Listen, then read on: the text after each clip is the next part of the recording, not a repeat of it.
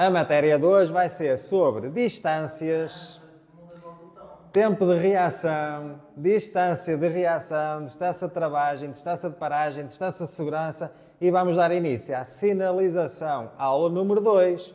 Na aula passada não foi a aula número 1, hoje é 2. Esta matéria é extremamente importante, muito. É tudo importante, mas esta aqui, vocês sabem que, aliás, quem começa a fazer testes, normalmente sabe que erra muito nestas questões. Do aumentar, do diminuir, a distância disto, a distância daquilo, se anda mais, se anda menos. Verdade ou mentira? Verdade. Vamos lá, esta matéria, atenção a isto que eu vou explicar, ok? Que é para não confundirem. Isto não tem nada a confundir, é só a entender. Já sabem que vai haver matérias do Código da Estrada que vocês vão decorar e sabem que alguns de vocês já decoraram, por exemplo, a tabela das velocidades. Já decoraram? Em casa, quem é que já decorou a tabela das velocidades? Oh, silêncio. TikTok, quem é que já decorou a tabela das velocidades? Ora bem, pronto, mas há matérias que sim, são para decorar e o caso da tabela das velocidades é decorar, não há outra forma, não é? Tem que decorar aquilo tudo, como por exemplo os pesos, dimensões dos veículos, são números para decorar. Neste caso, esta matéria, se vocês entenderem, não é? E têm que entender, é mais fácil do que estar a decorar as perguntas e as respostas.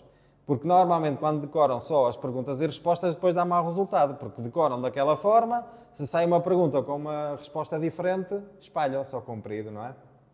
Por isso, vamos lá ver então. Neste caso, vocês conseguem ver aqui o título em cima que diz tempo de reação. O que é o tempo de reação? É o tempo... Exatamente. Não. Sim. É o tempo que o condutor demora a reagir, não é? Ora, não é preciso sermos condutores, mas imaginem vocês em casa, vocês a fazer qualquer coisa, você hoje que estava a aspirar e acertou com o aspirador no pé. Quando o aspirador lhe bateu no pé, o que é que você fez? Ai. Mas não saltou assim a perna? Reagiu, não foi? Pronto.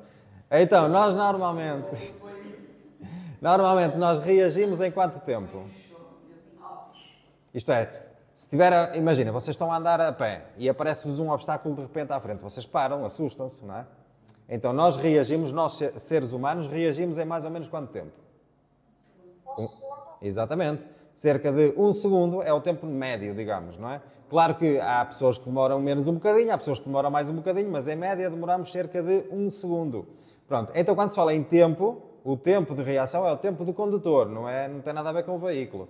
Tempo de reação é o condutor é que vai reagir. E o tempo médio do condutor, em geral, é cerca de 1 segundo. Agora, vamos ver aqui este exemplo. Se vocês forem no vosso automóvel e reparem, aqui neste caso, estão a ver o que eu estou a circular? A partir deste momento, daqui, o condutor vê um obstáculo aqui ao fundo, certo? Isto é, nós neste ponto, onde eu desenhei a primeira linha, o condutor vê aquele obstáculo ao fundo, sabe que tem que parar, tem ali um stop, não é? Então, se nós vemos o stop, vimos primeiro, não é? Depois o nosso cérebro vai pensar naquilo que está a ver e vamos reagir, certo?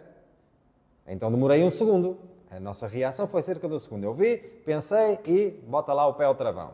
O pé ao travão é só a partir daqui, até vou pôr a vermelho agora. Portanto, a partir da linha vermelha é o momento em que eu ponho o pé ao travão, certo? Então, neste espaço, se repararem, o carro está em andamento. E, aliás, diz ali que o nosso veículo vai a 60 km/h. Agora, imaginemos, nós vamos a conduzir a 60 km/h e salta-nos uma bola para a estrada. De repente. Não é? Qual é a nossa reação? Pé ao travão. Só que, neste segundo em que eu demorei 1 segundo a pôr o pé ao travão, o carro continua a andar a 60 km/h. Então, a 60 km/h, por muito rápido que eu seja a meter o pé ao travão, desde que eu vejo até que meto o pé ao travão, é durante o tempo que eu estou a reagir, não é? O carro continua a andar. Então, se repararem, é o que diz aqui por baixo, agora tenho que apagar isto, distância de reação. Vou apagar tudo. Estão a ver aqui, este pontinho, este bocadinho. Então, se falarmos em distância de reação, agora sim, distância de quê? Distância que o veículo percorre. Por isso, quando se fala em tempo, é o tempo que eu demoro a reagir, o meu tempo. Mas durante esse meu tempo, durante o tempo que eu demoro a reagir, o carro continua a andar. E até se eu não puser o pé ao travão, ele vai sempre, não é? Pronto, então, desde que eu vejo o obstáculo até que reajo, neste caso ponho o pé ao travão, o carro continua a andar e vai percorrer a distância de reação. Reparem aqui, distância de reação, que é o que diz por baixo. Então, a distância, quando se fala em distância de reação, é a distância que o veículo percorre durante esse tempo do condutor a reagir. Então, é desde que vê até que põe o pé ao travão. Ora, isto é uma pergunta de exame. O que é a distância de reação? Já sabem que é a distância do veículo, que o veículo percorre, desde que o condutor vê até que, neste caso, começa a travar. Certo? Portanto, desde que vemos até que começamos a travar, a pôr o pé no travão, o veículo percorre a distância de reação. Certo? Depois de colocarem o pé ao travão, o que é que vai acontecer ao veículo? Para logo? Neste caso não, porque vai a 60 km/h, não para de imediato. Certo? Isto é, começa a diminuir a velocidade a partir daqui, porque eu coloquei o pé ao travão, começa a diminuir até que parou completamente. Então, neste caso, desde que eu coloco o pé ao travão até que paro completamente o veículo percorre a distância de travagem. Não é? Então, reparem, travagem tem a ver com os travões. E se perguntarem o que é a distância de travagem, é o momento em que eu coloco o pé ao travão, o veículo começa a perder velocidade até parar. Então, é desde que eu ponho o pé ao travão até que para completamente. Travagem, certo? Então, já sabem, distâncias é a distância que o veículo percorre. Se falar em distância de reação, é a distância que o veículo percorre durante o tempo que eu demoro a reagir, desde que vejo até que reajo, ponho o pé ao travão, por exemplo. E a distância de travagem é desde que eu começo a travar o veículo até que para completamente. Certo? Pronto, isto são algumas perguntas, ou duas das perguntas que podem ser sobre as distâncias. Pronto, eu ainda não vou falar desta que está aqui por baixo de propósito. Vamos focar ainda nas que acabamos de falar, nestas duas. Distância de reação, distância de travagem. Já sabem o que é uma, o que é a outra, certo? Reação é desde que vê até que trava e a travagem é desde que começa a travar até que para, certo? Muito bem. Agora, outras perguntas que costumam fazer é o que é que pode influenciar estas distâncias. Isto é, vamos focar aqui na primeira, na distância de reação.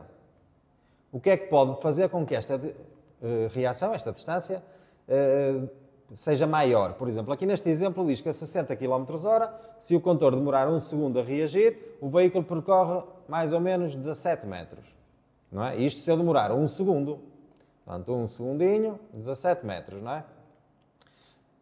Ok, 17 metros.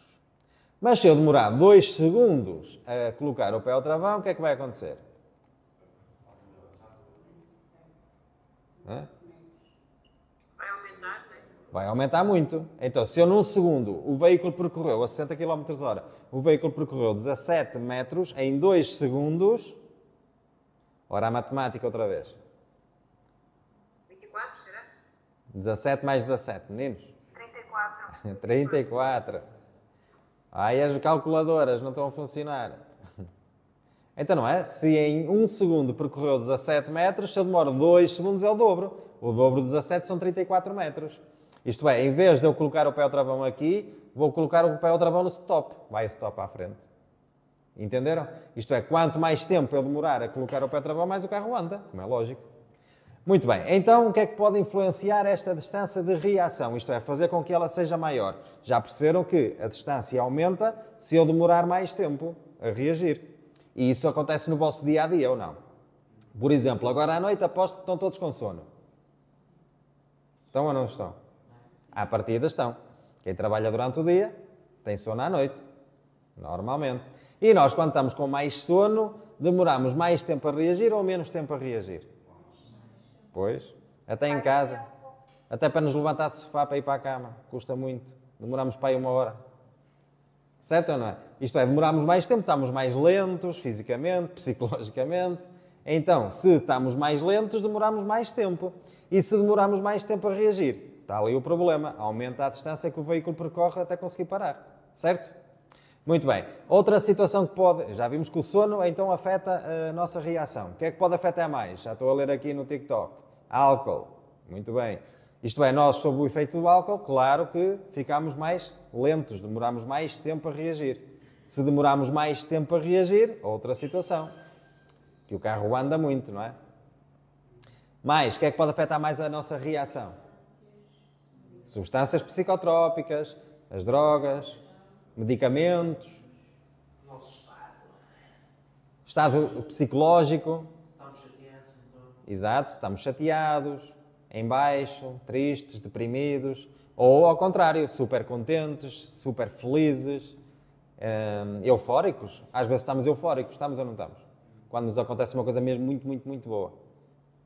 Tipo, vamos a mala de código hoje. Maravilha. Ficamos eufóricos.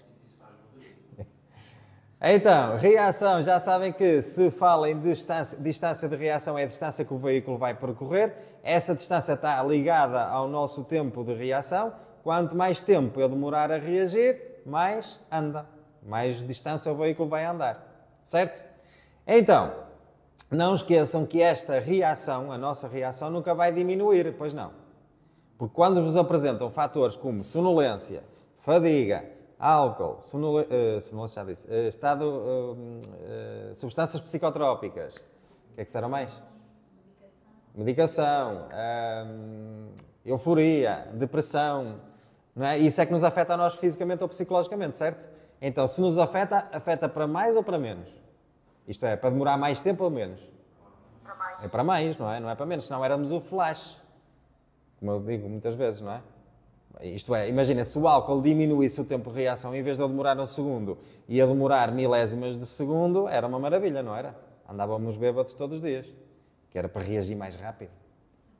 Como é lógico, tudo isto vai nos fazer reagir mais lento. Se somos mais lentos, demoramos mais tempo. Portanto, o tempo de reação aumenta sempre. Já vos estou a dar dicas, porque vocês enganam-se muito nestas. Do tempo de reação põem diminui. E o tempo de reação nunca diminui. Sempre que virem essa resposta, exclui, deita fora. Porque o tempo de reação aumenta sempre. Seja sonolência, seja estes fatores todos que acabámos de dizer, senão vou-me repetir, não é? Muito bem, agora vamos passar à seguinte. A seguir, isto é, já pus o pé ao travão. Eu até posso ter demorado muito tempo a pôr o pé ao travão, mas depois do meu pé estar no travão, o que é que o carro vai fazer? Diminuir a velocidade, até parar, não é? Então, desde que eu ponho o pé ao travão, neste caso a 60 km/h, não esqueçam, ele vai diminuir até que para completamente, certo? Agora, por exemplo, o condutor alcoolizado afeta esta distância de travagem?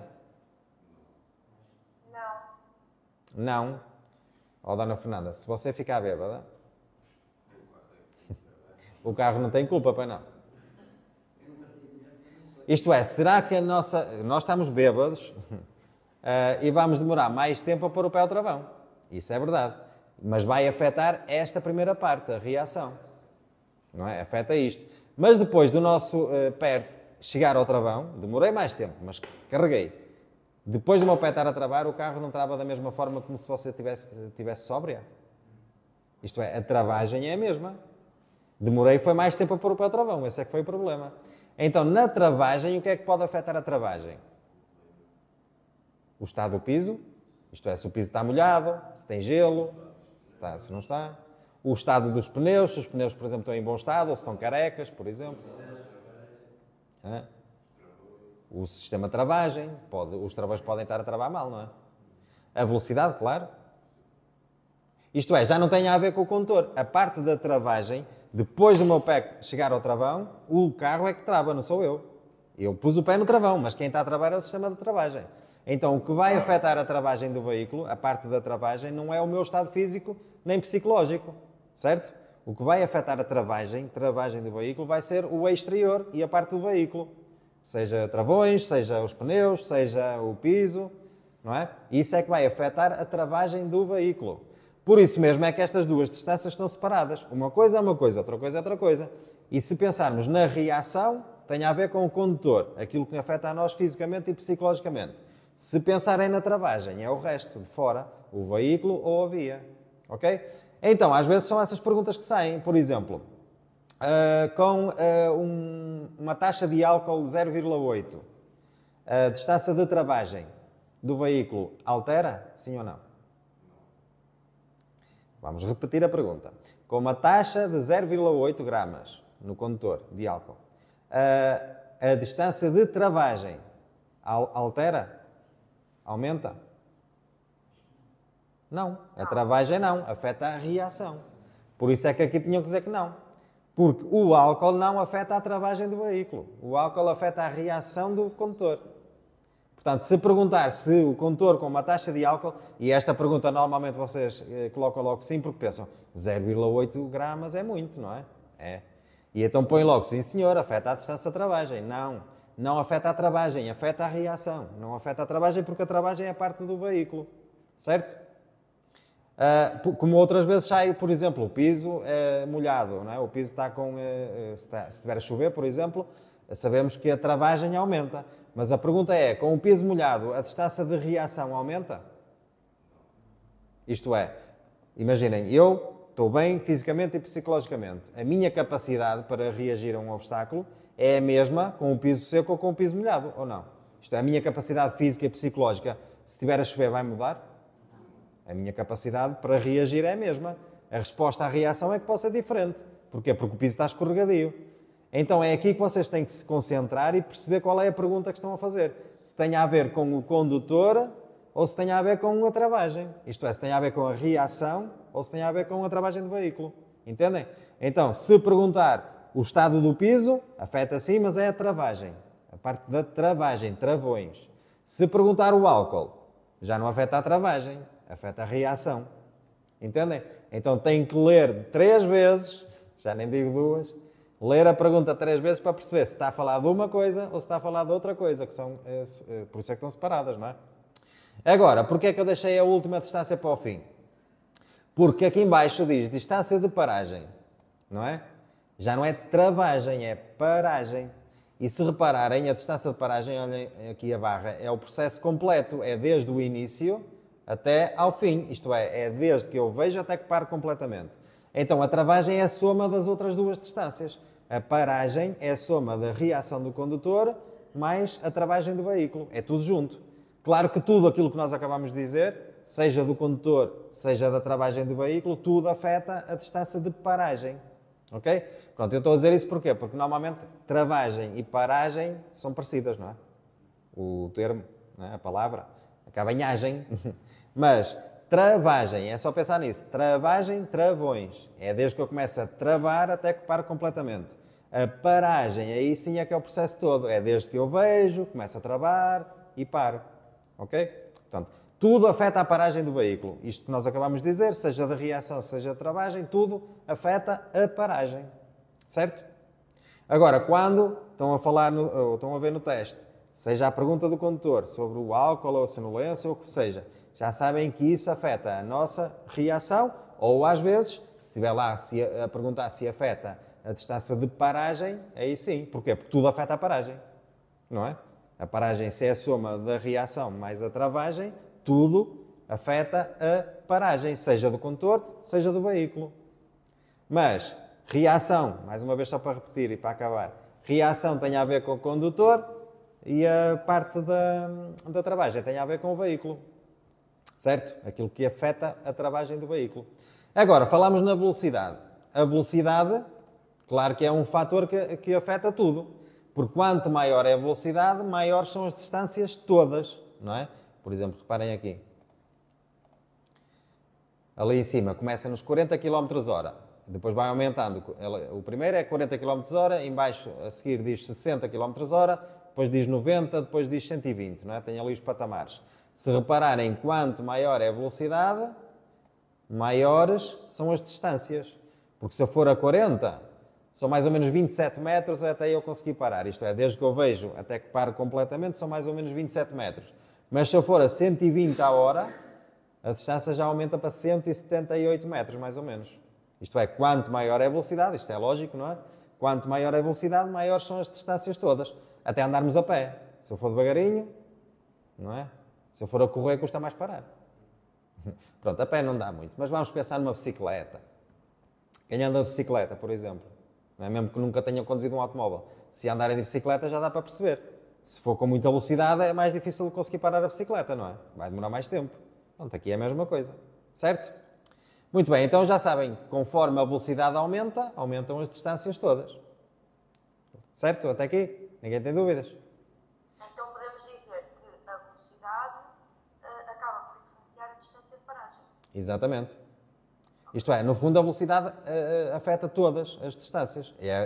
No caso a distância de paragem porque é a soma das outras duas. Exatamente. Ok? Certo? Muito bem. Por exemplo, uma coisa é eu ir a subir, outra coisa é eu ir a descer.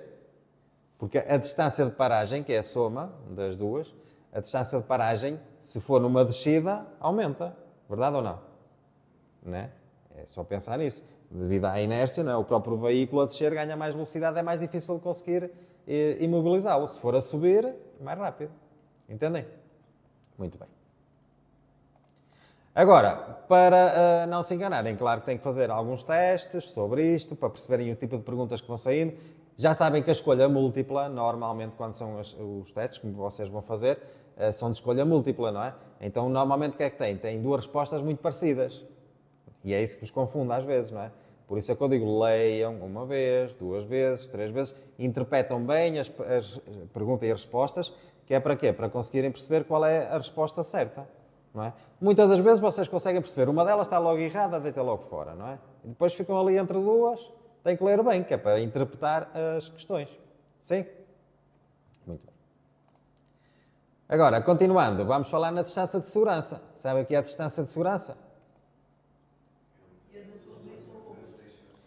Exato, é a distância que eu tenho que guardar entre o meu veículo e o da frente. Muito bem. Por exemplo, neste caso que nós demos aqui no início, reparem, aqui diz que a distância de paragem será mais ou menos 53 metros. Àquela velocidade, em plano, com piso seco, para conseguirmos imobilizar o veículo, desde que vemos até que imobilizamos, são mais ou menos 53 metros. Então, a distância que eu tenho que guardar entre o meu veículo e da frente, àquela velocidade, 60 km/h, tem que ser igual a esta distância, 53 metros? Tem que ser menor ou maior? Portanto, imaginem. Diz aqui. Exato. Porque é assim, se nós achamos que precisamos de 50 metros para conseguir imobilizar o veículo, se eu acho que vou precisar dessa distância, para ter segurança convém guardar mais. Porque alguma coisa pode falhar ou não. Se eu acho que vou precisar de 50 metros, à partida até pode ser só isso. Mas não pode correr alguma coisa mal? Olha, meto o pé ao travão, apanhei óleo na estrada sem contar, o que é que vai acontecer? Vai deslizar e vai parar lá mais à frente, não é? Então nós temos que ter segurança, e por isso é que se chama distância de segurança, que é guardar uma distância maior do que aquilo que é necessário para conseguir parar. Porque se eu preciso de 50 metros, tenho que guardar mais. Maior distância, ok? Então é isso, a distância de segurança é a distância que devem guardar entre o vosso veículo e o da frente, ok? E tem que ser sempre maior, superior à distância de paragem. Correto? Agora, vocês sabem que no dia-a-dia, as pessoas, quando há acidentes, o que é que acontece? E já ouviram falar em acidentes tipo choque em cadeia, não é? Se um bate, o resto, pim, pim, pim, pim, pim, vai tudo seguidinho. Porquê? Exatamente, porque não guardaram a distância de segurança suficiente. E normalmente também dizem quem bate por trás, paga. E não bufa. Bufa, mas paga. Não é? Porque normalmente quem bate por trás não guardou distância suficiente. Por muito que depois venham dizer, o da frente parou de repente, e pode. Imaginem que o condutor da frente passou-lhe um cão assim de repente, ou um gato, como atravessa muitas vezes os gatos na estrada, e a pessoa o que é que faz? É a reação que vai ter a pé ao travão, a fundo, não é? Quem vai atrás tem que estar a contar com isso. Por exemplo, vocês vão andar nas aulas de condução a aprender, certo? E nos inícios não são condutores profissionais, pois não? Não são assim experts, não sabem conduzir lá muito bem, pois não? É normal. Toda a gente aprendeu a conduzir, acho eu, não é? Teve que aprender a conduzir. Então, é normal que, mesmo que levem um instrutor ao lado, imaginem, vocês vão a ter uma aula de condução. O instrutor vai ao lado, vai-vos ajudar, é certo. Mas imaginem que vocês metem o pé ao fundo no travão. O instrutor não consegue fazer nada. Porque se vocês travam com o vosso travão a fundo do vosso lado, por muito que o instrutor não queira que vocês travem a fundo, ele não consegue fazer nada. Porque o vosso pé é que está ali a mandar, não é? Por muito que eu diga não trava, a pessoa acaba por fazer essa reação. Quem vai atrás tem que estar a contar com isso também. Por isso é que o nosso carro da escola é sinalizado, para as pessoas terem um bocado de paciência, não é? Guardar mais distância, porque nunca se sabe. Pois. Pronto, estou a dar aqui alguns exemplos, como é lógico, não é? Agora, a distância de segurança é extremamente importante e no dia-a-dia há muitos acidentes porque não se guarda a distância. Reparem, neste caso, a 60 a hora, são mais ou menos 53 metros. Mas vamos imaginar uma localidade. Numa localidade o máximo é 50. Vai ser para aí uns 40 metros. Isto é, eu a 50 km/h preciso mais ou menos 30, 40 metros para conseguir imobilizar o veículo. Vocês lá fora já viram alguém andar em relação ao carro da frente a 30 ou 40 metros? Anda tudo assim muito encostadinho, que é para ver melhor, não é? A traseira do carro. Pronto, não se guarda, não se guarda a distância, por isso é que depois, se o da frente trava, nós não estamos a contar, não é? O da frente trava de repente, nós não temos tempo para conseguir imobilizar. Não dá, então bate. Mas pronto, tenham cuidado porque quem bate por trás, paga. Mas pior ainda é o que diz o artigo, porque nós na semana passada falámos das contraordenações e depois eu coloco vídeos aqui no TikTok e pessoal, tipo um vídeo que eu coloquei ontem, sobre um menino que estava a mudar a direção à esquerda e não se posicionou do lado esquerdo numa via de sentido único, que é obrigatório, não é? Reparem, aliás, até vou falar um bocadinho sobre isso. Em vias de sentido único, agora vamos lá buscar isto. O sinal. Toda a gente conhece o sinal de sentido único, certo? Este. Então, eu sei que isto é uma via de sentido único, correto? Para circular eu tenho que andar à direita. Isto é, a regra de circulação é à direita ou mais à direita possível. Mas lá à frente, imaginem que ali a seguir ao carro da polícia tinha um entroncamento, uma mudança de direção para a esquerda. Se eu quiser virar para a esquerda, se esta via é de sentido único, esta que eu vou, de que lado é que eu tenho que me colocar para mudar a direção à esquerda?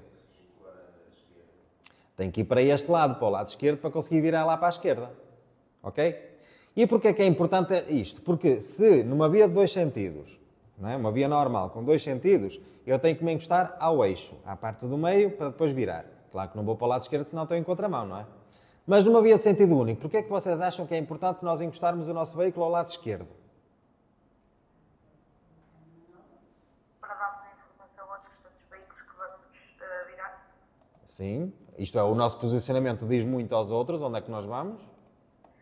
Uhum. Mas já vão ver onde é que eu quero chegar. Pronto, por exemplo. Já agora, desculpa, eu queria lhe perguntar, era qual era o sinal que o rapaz do motociclo viu, porque eu por acaso não reparei. Tens que ver o vídeo outra vez. Eu até digo, nós vamos a subir e a meio da subida aparece lá o sinal de sentido único, o quadrado, com uma seta branca. Depois de nós virarmos à direita, eu comecei a subir e disse, a rua começa em dois sentidos. E depois disse, e agora passa a sentido único, porque está lá o sinal sentido único. E a partir daí é sentido único. E então o que é que aconteceu? Lá em cima, imaginem, isto é um entroncamento que nós estávamos. O rapaz na moto, então, eu vou desenhar aqui, ele chegou ao entroncamento, eu disse, vamos à esquerda. E ele estava posicionado deste lado. Portanto, imagina, a moto está um bocado feia, não é? Mas vamos para o mais bonitinho. Pronto, isto é uma moto. É assim. Está bonita. Ora, ele se está... Porque a rua que nós estávamos a entrar, nós vinhamos por aqui e depois eu estava no meu carrinho aqui atrás dele, não é? E eu coloquei-me bem, que eu estava do lado esquerdo. Depois, o problema aqui é que este entroncamento, este condutor da moto, podia ir para a direita, porque a rua dava para ir para a direita. E no caso, quem está à direita tem que ir mesmo para a direita. Porque para ir para a esquerda, se esta via é de sentido único, e tinha que ter lá o sinal, e tinha o tal quadrado com a setinha, não é?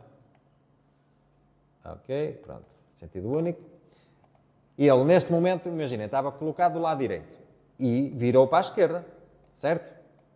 E o pessoal, depois, se vocês forem ler os comentários, ainda tem lá pessoal a dizer isso não é assim tão grave, não era motivo de reprovação, porque há muita gente a reprovar nos exames por causa disto, e eu estou a chamar a atenção, tenho o meu dever de vos ensinar, não é?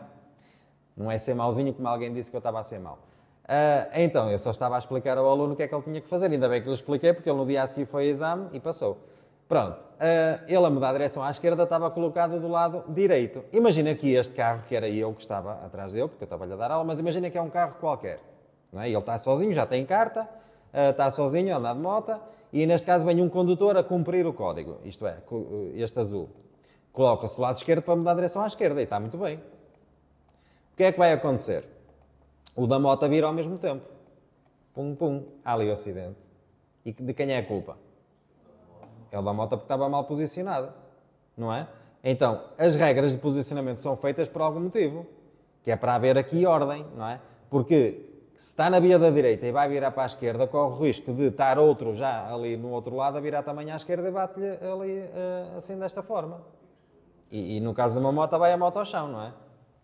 Agora, se for 2 sentidos, isto muda tudo porque não se pode colocar do lado esquerdo. Mas querem ver porque é que também é importante... É melhor apagar tudo. Espera lá só um bocadinho. Porque é que é importante a posição da via, no eixo da via, se for 2 sentidos, não é? Portanto, imaginem que isto agora até é um cruzamento, só para ser diferente. Ora, isto é 2 sentidos, então se é 2 sentidos temos que ver onde é que é o meio, o eixo, não é? E porquê é que acham que é importante, para ir à esquerda, eu colocar-me juntinho ao eixo? Aliás, eu a dar aulas até digo sempre aos alunos, é juntinho à linha, a lamber a linha, porque o pessoal tem medo de se encostar muito ao meio, porque tem medo que os outros de frente lhe levem um espelho, não é? Pronto, mas normalmente as estradas têm largura suficiente para irmos ali juntinho ao eixo. E isto é importante para nós virarmos à esquerda, que devemos fazer desta maneira, que é o chamado trajeto mais longo, a perpendicular, para virar à esquerda. Isto é importante para que outros condutores atrás não nos ultrapassem neste momento, porque há malucos para tudo, não é? Então, se nós nos encostarmos ao eixo, a pessoa que vier atrás vai perceber que nós vamos à esquerda e, se quiser, até ultrapassa pela direita se houver espaço. Isto é, nós temos que evitar que os outros, naquele momento, nos ultrapassem. Portanto, isto é perigoso no dia-a-dia. Daí ser muito importante o posicionamento.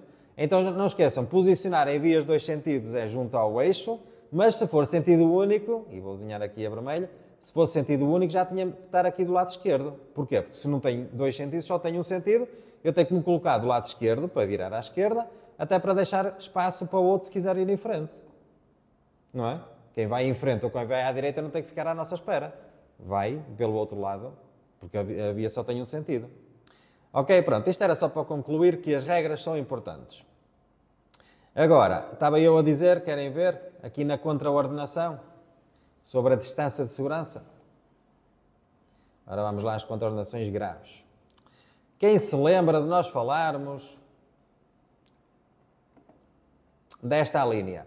O trânsito com velocidade excessiva para as características do veículo ou da via, para as condições atmosféricas, isto é, ir com velocidade a mais. Era uma contraordenação grave, lembram-se? Mas depois, esta aqui em baixo também falava de quê? Do não respeitar regras e sinais. Reparem, o de respeito às regras e sinais relativos à distância entre veículos. E se fala aqui a distância entre veículos, qual é esta distância? Aquela que nós estávamos a acabar de dizer, a distância de segurança. Então, se não guardarem distância de segurança suficiente, isto é, se bateram no carro da frente, é porque iam com velocidade a mais, diz aqui neste ponto, e porque não guardavam distância suficiente, diz aqui no de baixo. Que contraordenações são estas? Oh, não fui eu que inventei. Nem estou a ser mauzinho, é o que diz a lei. O que é que acha num exame prático, num exame de condução, que vai um examinador a avaliar o momento do vosso exame, de vos perdoar uma situação destas? Ficavam contentes, não era? Logicamente. Mas se vocês ponham-se no... Nós temos que nos pôr no lugar dos outros, muitas vezes, e é isso que falta na sociedade. Pôr-nos no lugar do outro. Se um dia, vocês agora estão a tirar a carta, nem sequer pensam ser instrutores nem examinadores, pois não? Como eu, quando tirei a carta, nunca sonhei ser instrutor. Depois mais tarde é que me lembrei, não é? Mas agora imaginem que um dia vocês se tornam examinadores e vocês estão, não é? Têm a responsabilidade de ir a avaliar uma pessoa que aparece ao vosso lado, a fazer um exame.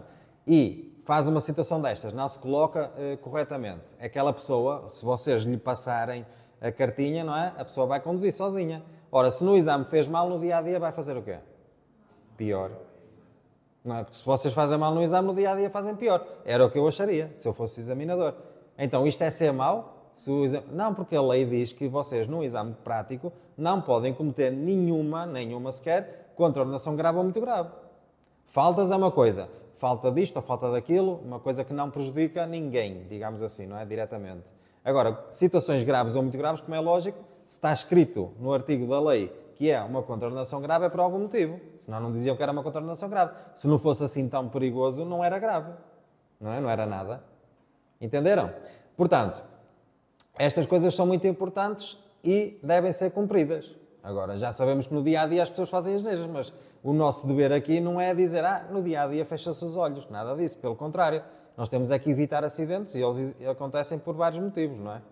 Por isso, esta distância, era aí que nós íamos, dei aqui uma volta para chegar a isto tudo, não é?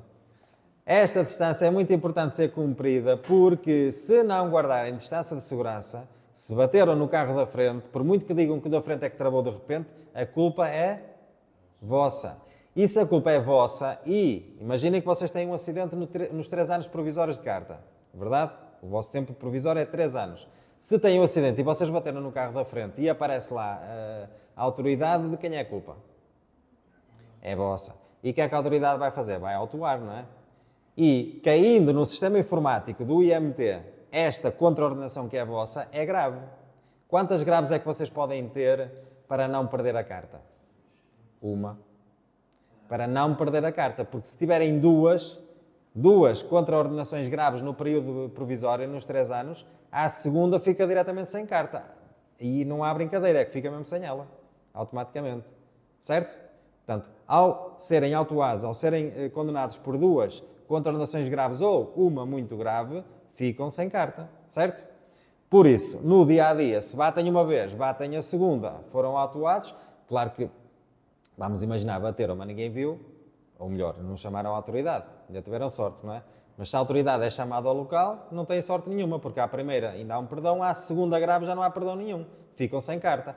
Portanto, distância de segurança tem que ser cumprida. Também para evitarem, senão vão andar sempre com o carro estragado, não é? E enquanto for só chapa, como eu digo, menos mal. Agora, às vezes, há situações piores, não é? Pronto, entendido? Distância de segurança, mantê-la sempre. Agora, às vezes perguntam, qual é a distância em metros? Sabemos? É assim, não está escrito. Porque o que diz a lei é que devemos guardar uma distância suficiente para evitar acidentes. Ponto.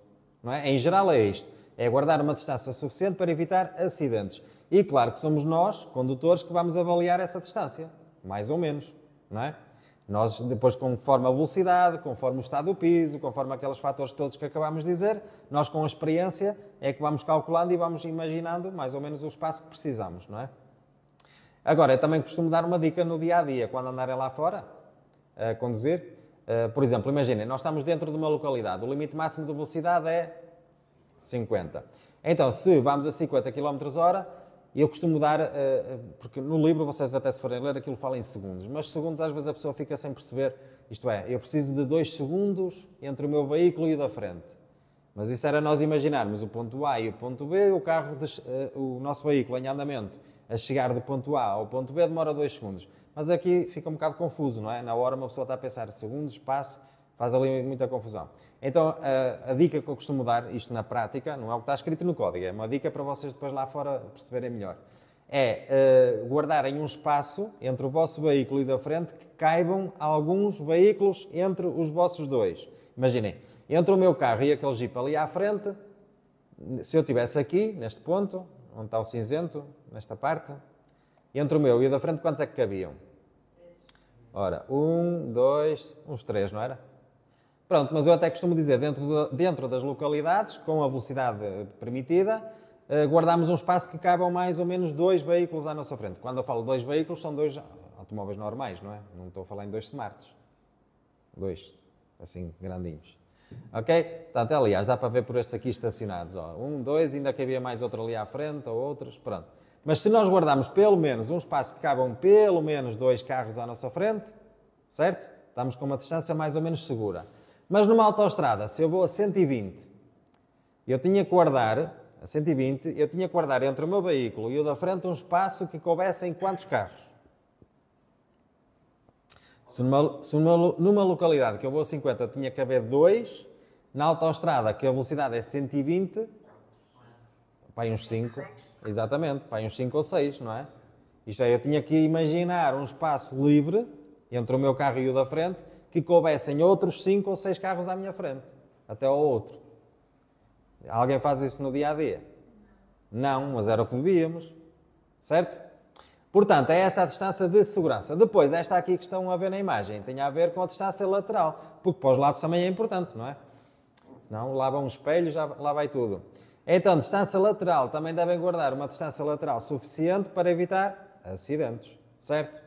Pronto, isto nas aulas de condução vocês têm que praticar muito, porque é das coisas que de início têm dificuldade, porque, claro, vocês imaginem, estão dentro de um carro a conduzir, o carro tem mais ou menos quanto de largura, sabem? Um carro normal. Não chega a 2 metros, mas pronto, entre 1,5 m, 1,80 m, tem por aí, não é? Um carro normal. Vocês estão a conduzir do lado direito, tem muito mais carro para o outro lado, não é? E às vezes, como vocês vão daquele lado que não estão habituados ainda, no início, não é? Parece que vem tudo assim para cima de nós, quando começam as primeiras aulas. Parece que estamos no meio da estrada, parece não é, que não cabe o nosso carro naquela via.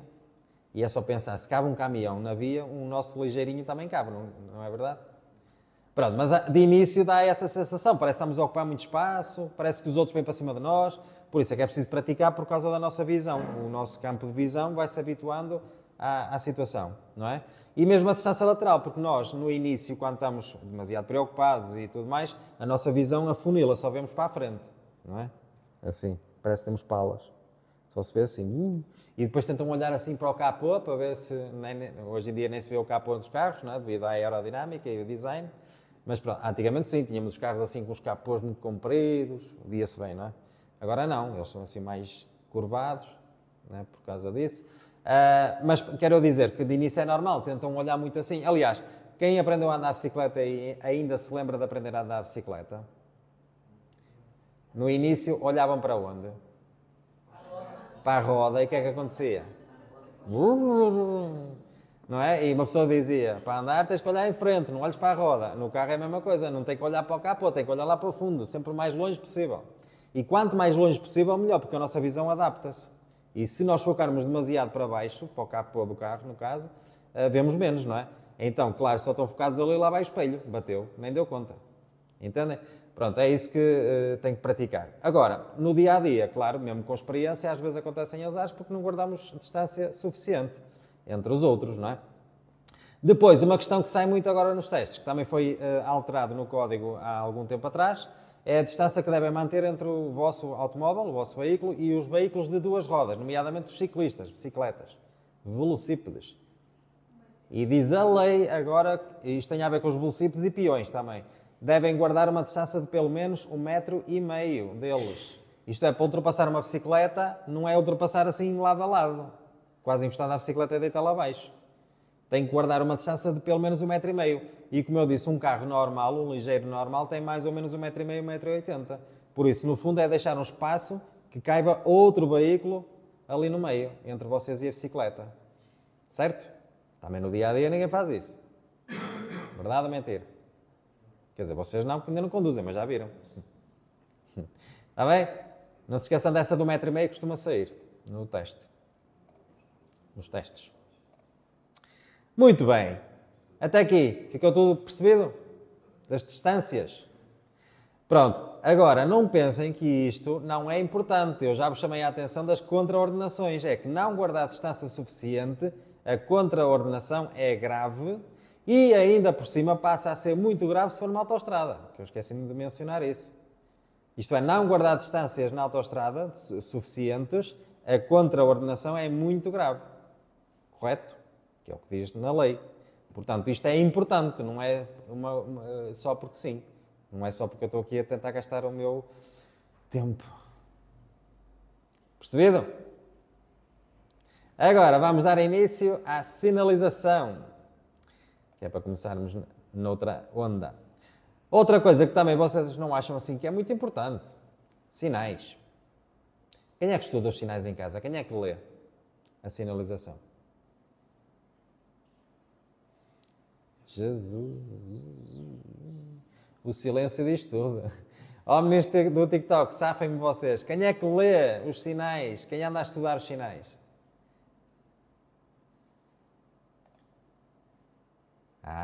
Muito bem, Andressa. Mais ninguém lê? E dizem alguns, pronto, ainda não entraram, vou entrar hoje na parte da sinalização, vou começar a ler. É isso que queriam dizer, não é? Verdade? Não é? Ó, Rodrigo, Sara, Gonçalo. Vocês estão a começar só a ouvir os sinais agora, vou começar a ler agora, verdade? Então. Sim. Agora, fora de brincadeiras, claro que acham que os sinais não são importantes? O que é que vocês, depois de serem condutores, vão ver mais nas estradas? Sinalização, verdade ou não é? E como eu costumo dizer, quando andamos lá fora a conduzir, há tanta sinalização que serve para quê os sinais? Alguém aqui disse nada. Os sinais lá fora servem para quê? Para embelezar a paisagem. para o mundo ficar mais colorido. Tem que pôr limites, regras. Olha, ó Andressa, por exemplo, tu viste o vídeo, não reparaste no sinal de sentido único, certo? Pois eu estava ali, mas eu não estou cega, mas o Ivo está aqui a reclamar. É que o rapaz não viu bem, mas eu também não estou a ver. Pois, e é que o rapaz também ia subir todo contente, a motinha por lá acima, também não viu o sinal. Pois é. Pois é. Os sinais é para os Não sabia não. Ele depois no fim, eu também achei que ele tinha dito que sabia, mas depois no final da aula, já não estava eu a gravar, não é? Ele disse que não tinha visto o sinal. Porque eu perguntei, viste o sinal? E eu percebi que ele disse que sim também, naquele momento. Mas depois no final da aula, estávamos a recapitular a aula e ele disse, olha, honestamente eu nem vi o sinal. E eu, piorou. Porque ele nem viu o sinal. E o sinal está lá, está à vista, não está escondido. Olha, hoje também tive uma menina que reprovou um exame de condução, não vou dizer nomes, ela também não está aqui na live, acho eu, porque não parou no stop. E vocês sabem que o stop é uma contraordenação muito grave. É que não parar no stop é muito grave. Acham que algum examinador vai perdoar um stop? Não viu. Não, o problema é que tinha 2, um de cada lado, que havia era sentido único. 2. Opa, pronto, eu não estou a criticar, atenção, só estou a dizer que isto acontece. Por isso é que eu digo que é muito importante quando andamos lá fora, e principalmente em zonas que até vocês não se sintam à vontade ou quando estão no exame que estão mais nervosos, temos que fazer mais pesquisa. Por exemplo, eu tenho carta, não é? Mas se eu for, por exemplo, lá para baixo, para Lisboa, eu tenho que ir muito mais atento, eu não conheço aquilo, não é? Não estou habituado a andar em Lisboa, não conheço as estradas, não conheço os sinais. Percebem? Isto é, mesmo com prática, se nós vamos para um sítio que não conhecemos, temos que pesquisar ainda mais. E vai ser o vosso caso. Se vocês vão começar a conduzir, se vocês vão a exame, por exemplo, tem que fazer mais pesquisa, procurar, não é? Se vamos virar, por exemplo, à direita ou à esquerda, estamos a sair de uma estrada e entrar noutra. Nesse momento, é o momento principal em que eu tenho que procurar sinais. Porque se eu estou a sair de uma via e estou a entrar noutra, é provável que haja ali sinalização. Imaginem que tinha lá um proibido, também não viam. Não era? Também descobres.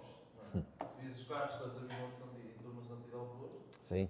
Mas estão a entender? Senão vocês metem-se num proibido e nem viram. Portanto, a sinalização é muito importante. Como a sinalização é muito importante, é importante lerem os sinais. Tenho um livrinho, tenho um material de estudo, caso não tenham um livro, está no material de estudo da aplicação. É só ler toda a sinalização por ali abaixo, ok? E acreditem que nos testes e nos exames, o que é que sai mais?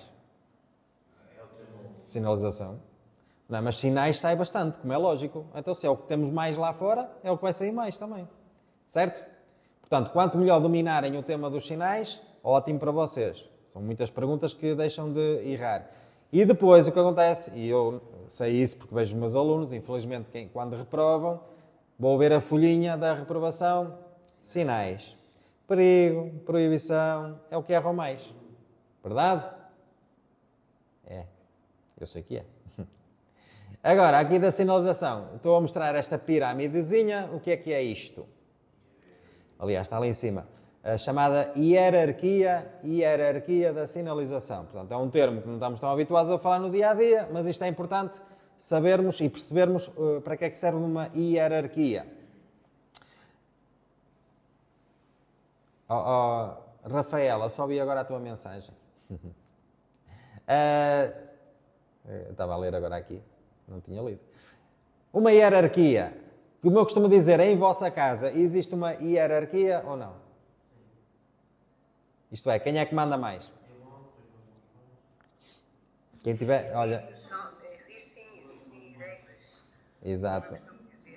É isso. Mas há sempre uma hierarquia, isto é, há uma ordem. Há quem manda mais, há quem manda menos, não é?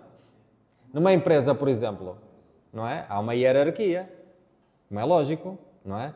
Há o patrão, digamos, não é? O dono, depois já por aí fora, depende das empresas, como é lógico, não é? Até chegar ao empregado.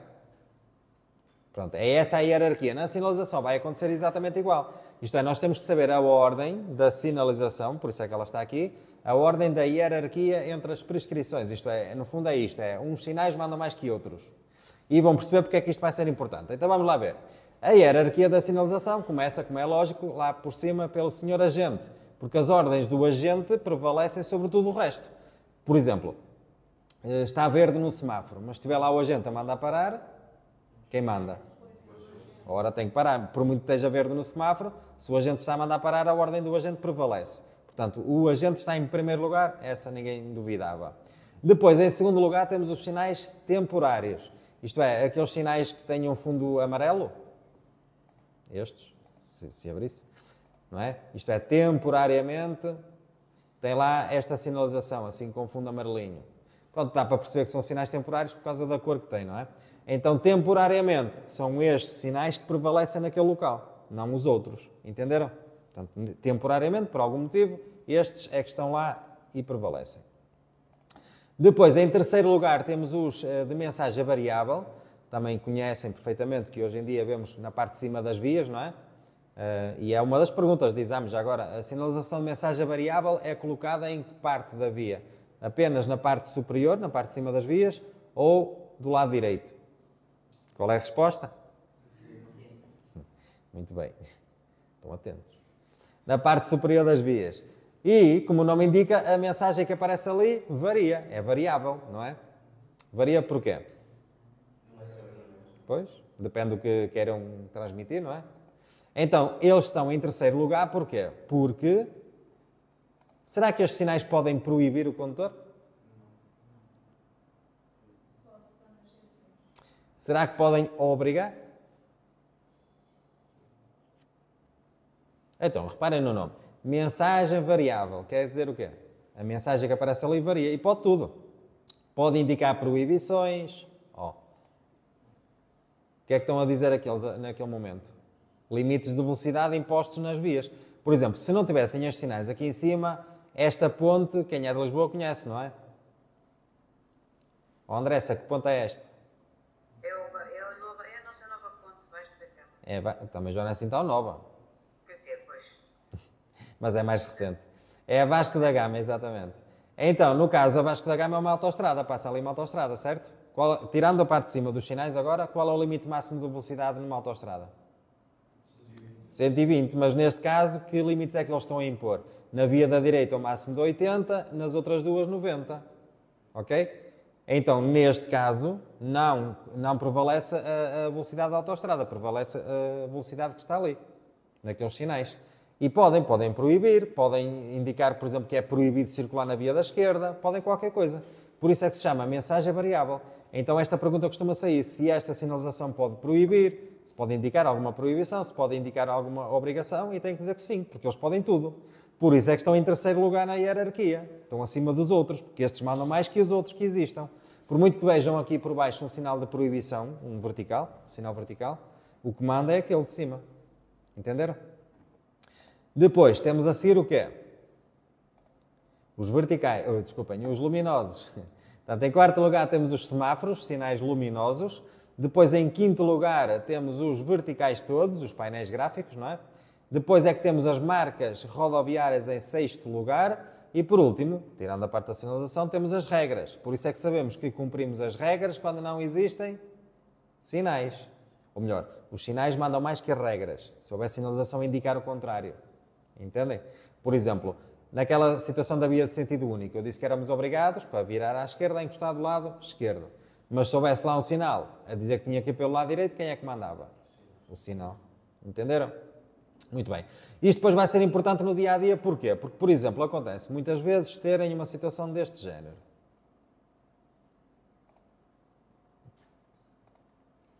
Vou pôr esta. Assim temos mais sinais. Que sinalização é que temos na imagem? Quantos tipos de sinalização temos na imagem? Temos sinal vertical e temos marcas rodoviárias. Então, neste caso, qual é a sinalização que obriga a parar? O vertical, stop. A marca rodoviária obriga a parar? Não. A marca rodoviária só está a impor o local que deve parar. Isto é, a marca diz onde deve parar. Mas quem obriga a parar é o sinal vertical. Neste caso, o stop. Então, neste caso, esperem lá. Neste caso, que só tem linha, não tem sinal vertical, alguma coisa ali nos obriga a parar? Não. Então, sou obrigado a parar antes da linha ou não? Não. Na verdade, não. Isto é, se tivermos apenas isto, acontece muito no dia-a-dia. Se tiverem apenas a marca no chão, esta marca está a impor o local de paragem se tiver que parar. Neste caso, como não tem nenhum sinal vertical de stop, obrigar a parar, eu tenho que parar se vier trânsito, do lado direito ou do lado esquerdo, em que eu tenha que ceder a passagem. Então, se houver trânsito, eu tenho que ceder a passagem e vou parar antes da marca.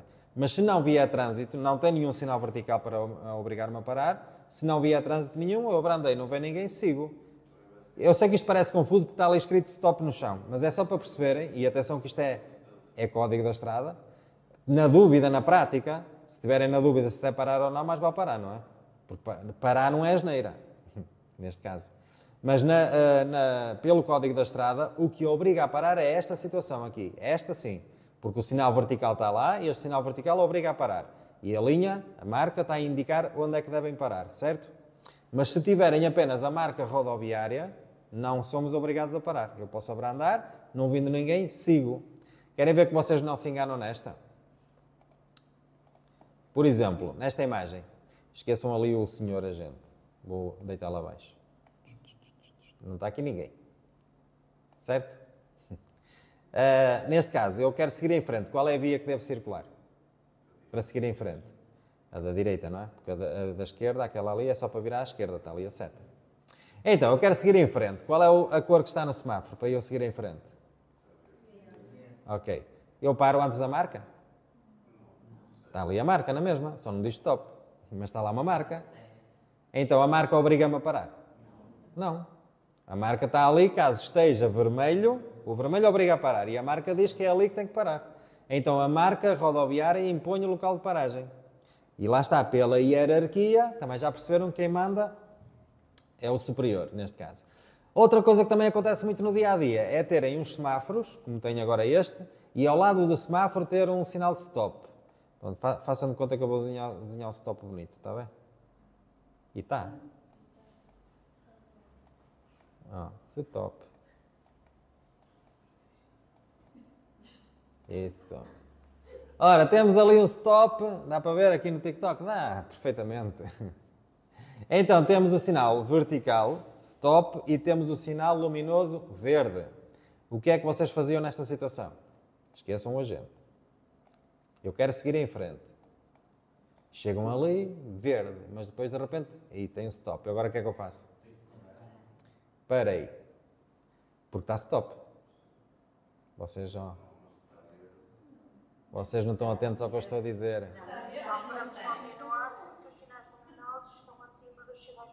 Muito bem. Então quem é que manda aqui? Se tem dois sinais diferentes, de hierarquias diferentes, não é? Temos ali duas hierarquias diferentes. Temos o luminoso e temos o vertical stop. O luminoso permite avançar. O vertical stop obriga a parar. São duas coisas completamente diferentes, não é? Se está verde, passa, porque o luminoso prevalece. O sinal luminoso é que manda, neste caso. E agora a Dona Fernanda está a pensar, que raio, porque é que puseram lá o stop? Não estava a pensar nisso? Exato, o semáforo não pode avariar. E não podem desligar, às vezes à noite põem o intermitente, amarelo intermitente. Então, se o semáforo estiver desativado, naquele momento, cumprem o stop. O stop manda a seguir. Então, só têm stop junto aos semáforos para essas situações. Porque se não tiver o semáforo a funcionar, tem o stop para cumprir. Tendo o semáforo a funcionar, esquece o stop.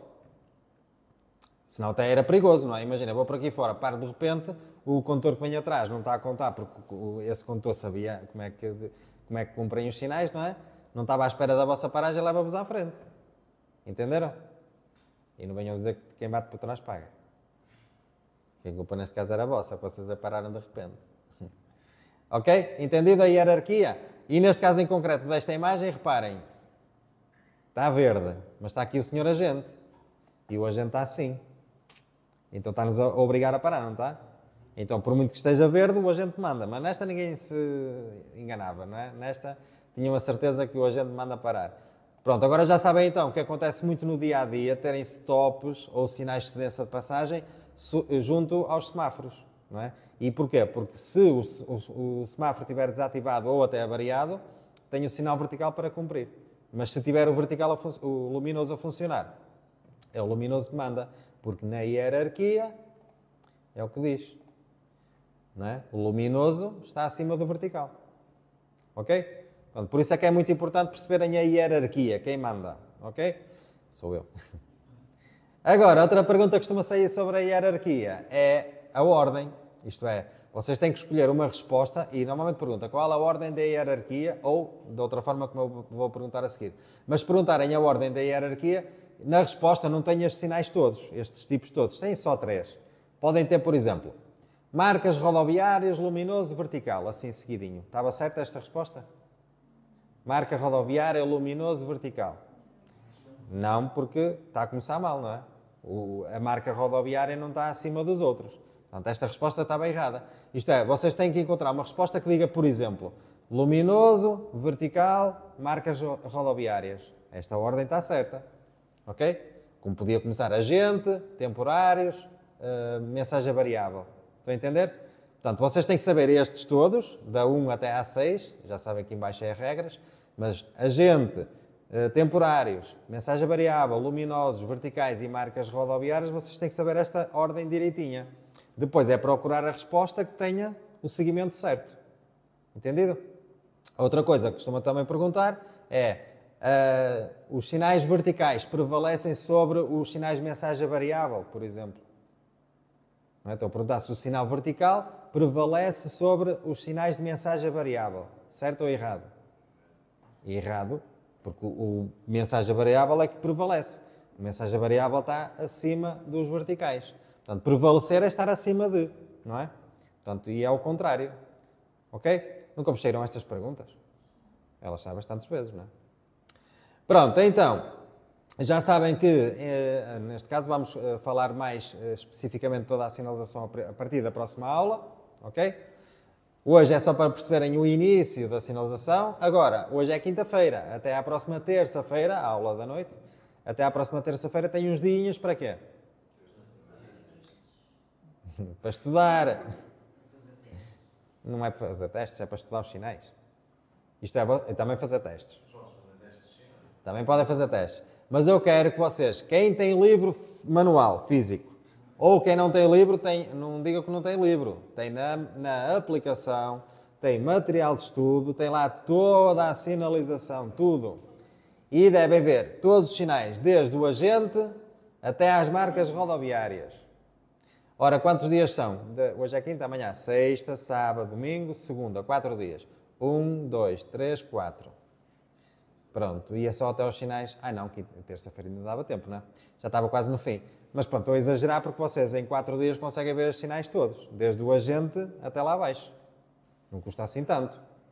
E convém ler direitinho, já vos vou mostrar, por exemplo. Aparecem estes sinais. Convém ler sempre o que é que está aqui escrito. Aliás, querem ver? Vamos sair, que também já vou desligar isto para irmos embora. Não quero guardar o meu desenho bonito. Sair. Ora, esperem lá, já vamos embora, não adormeçam. Eu acho que os de Zoom já devem estar a dormir. Acho. Ninguém me responde? Bem acordada. Ora, vamos lá ver. Testes de código, material de estudo. Até já está aqui. Abrindo a aplicação ou no site, como queiram. Temos aqui então um material de estudo, estão a ver? Olhem a partir daqui, até já está aqui uma parte selecionada para sinais. Sinalização. E tem, agente, temporários, mensagem variável, luminosos, verticais todos, até às marcas rodoviárias. Certo? Agora, um exemplo.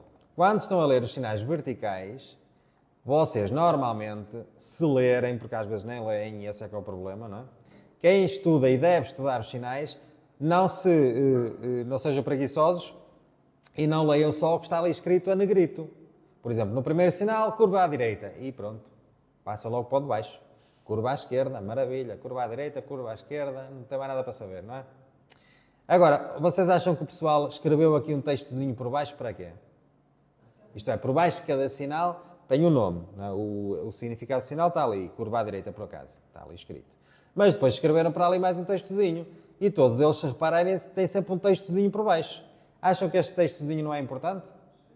É muito importante, mesmo. Porque Porque há aqui os pormenores que saem nas tais ratoeiras dos testes, estão todos aqui escritos, que é aquilo que vocês não gostam de ler, passa para o lado.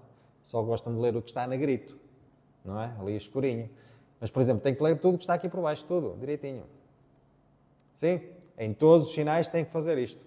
Ler o que é que diz ali, o título do sinal, neste caso o significado do sinal, e depois a indicação, que é o texto que está ali por baixo. Pronto, olhem, num bocadinho viram os sinais todos de perigo e fazem uma pausa. Depois vão ver os outros sinais, por aí fora. Proibição, obrigação, e convém fazer isto. Claro que quando acabarem de ver os de perigo, faz um teste temático sobre os sinais de perigo.